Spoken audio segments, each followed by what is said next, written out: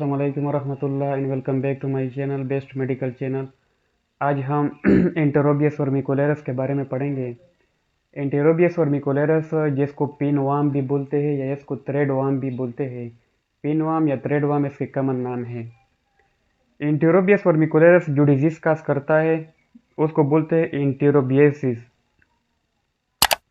तो एंटेरोबियस वर्मिकुलरस इसको वर्मिकुलरस इस वजह से बोलते हैं कि जिस तरह वर्मीफॉर्म अपेंडिक्स हम बोलते हैं क्योंकि वो सीकम के साथ यहाँ पर होता है।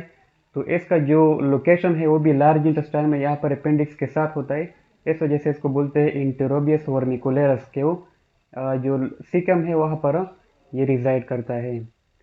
अब इसका जो इन्फेक्टिव फॉर्म होता है वो होते हैं एम्ब्रियोनेटेड एग्स, यानी एंटेरोबियस वर्मिकुलरस के जो एग्स होते हैं जिनके अंदर एम्ब्रियो होता है वो बुनियादी तौर पर इसका इन्फेक्टिव फॉर्म होता है।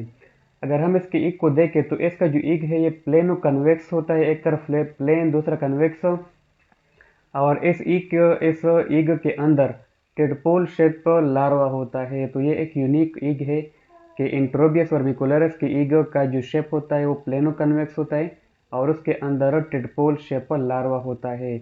और ये बुनियादी तौर पर जो एम्ब्रियोनेटेड ईग है कि जिसमें अंदर एम्ब्रियो है, ये इन्फेक्टिव फॉर्म है। इसके अगर हम एडल्ट फॉर्म को देखें तो एंटेरोबियस वर्मिकुलरस का एक मेल होता है एक फीमेल। जो फीमेल होती है वो लंबी होती है, लॉन्ग होती है, और जो मेल होता है वो शॉर्ट होता है। अब हम इसके लाइफ साइकिल की तरफ आते हैं तो इसका लाइफ साइकिल इस तरह होता है कि जब हम कोई कंटामिनेटेड फूड या कंटामिनेटेड ड्रिंक लेते हैं तो ये जो हम पहले उसमें एम्ब्रियोनेटेड एग्स होते हैं, तो एम्ब्रियोनेटेड एग्स हम लेते हैं, वो जब जाता है तो स्मॉल इंटेस्टाइन में उस एम्ब्रियोनेटेड एग से जो लार्वा है वो निकल जाता है, उसकी हैचिंग होती है। तो जब ये लार्वा निकलता है तो लार्वा जो है ना फिर ये आगे जाता है, और ये जब स्मॉल इंटेस्टाइन से यहाँ पर आगे जाता है तो ये लार्ज इंटेस्टाइन में ये एडल्ट फॉर्म में कन्वर्ट हो जाता है, मेल और फीमेल।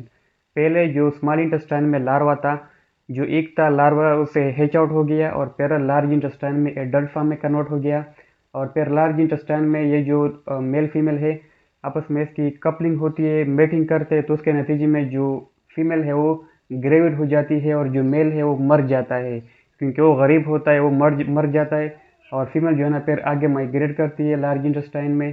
तो जब वो आगे जाती है तो फिर फीमेल जो है ना एट नाइट रात के वक्त वो इस तरह करती है कि पेरी एनल रीजन जो होता है ना, पेरी एनल रीजन, वहाँ पर जाती है और वहाँ पर एग्स देती है।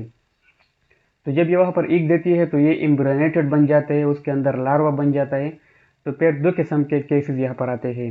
या तो इस तरह होता है कि ऑटो इन्फेक्शन होता है। ऑटो इन्फेक्शन का मतलब ये है कि जब ये यहाँ पर चूंकि पेरी एनल ईचिंग काज करता है, तो ये जब छोटे बच्चे में होता है तो जब ये वो इसको स्क्रैच करता है तो उसके हाथ के साथ वो चिमट जाते हैं और फिर ओरल कैविटी में वो इस तरह जब अपने मुंह के साथ हाथ तो कोई चीज़ लेता है तो वो उसके थ्रू भी फिर जो एंटेरोबियस वर्मिकुलरस का जो एम्ब्रियोनेटेड ईग है वो ले सकता है। या फिर रेट्रो इन्फेक्शन होता है। रेट्रो इन्फेक्शन का मतलब ये है कि जो एम्ब्रियोनेटेड ईग्स थे ऐसे लार्वा हैच आउट हो जाता है और लार्वा जो है ना दोबारा फिर लार्ज इंटेस्टाइन में चला जाता है और वहाँ पर इन्फेक्शन काज करता है। तो ये एमसीक्यूज पॉइंट भी है कि एंटेरोबियस वर्मिकुलरस में ऑटो इन्फेक्शन भी होता है और रेट्रो इन्फेक्शन भी होता है। तो ये लाइफ साइकिल हो गया कि स्मॉल इंटेस्टाइन में लार्वा हैच आउट हो गया, फिर लार्ज इंटेस्टाइन में एडल्ट फॉर्म कन्वर्ट हो गई, फिर मेल फीमेल की मेटिंग हो गई, फिर मेल मर गया और फीमेल जो है ना आगे माइग्रेट कर गया, फिर रात के वक्त पेरी एनल रीजन में इन्होंने एग्स दिए और फिर वो एम्ब्रियोनेट हो गए। फिर उसे या तो ऑटो इन्फेक्शन हो गया और या फिर रेट्रो इन्फेक्शन। इसके जो सिम्टम होते हैं यहाँ पर आपको एक characteristic type of specific type of प्रोराइटिस मिलता है जो कि पेरी एनल रीजन में यहाँ पर खारिश होता है छोटे बच्चों में।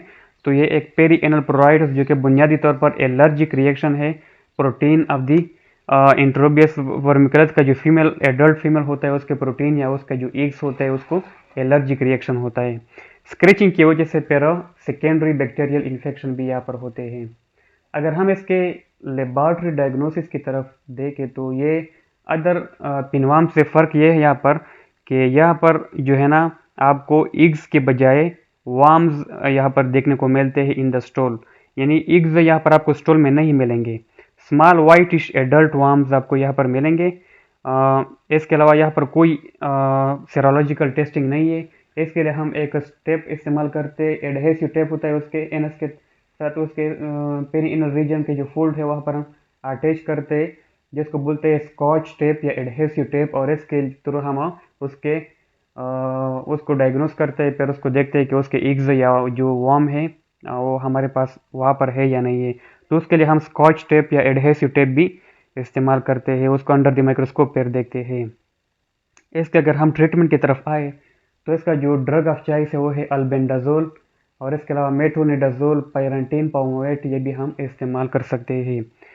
अगर हम इसके प्रिवेंशन की बात करें तो कोई स्पेसिफिक मीन्स ऑफ प्रिवेंशन नहीं है, सिर्फ हाथ अच्छी तरह धोना, और इसके अलावा फूड की हाइजीन और वॉशिंग बेड जो है ना उसकी हाइजीन, टॉवल्स जो तौलिया इस्तेमाल करते, डाइपर जो छोटे बच्चों में डाइपर होता है उसको उसकी सफाई, या क्लॉथिंग उसकी प्रॉपर सफाई, ताकि जो ईग से वो एम्ब्रोनेटेड ईग से हम अपने आप को महफूज रख सकें।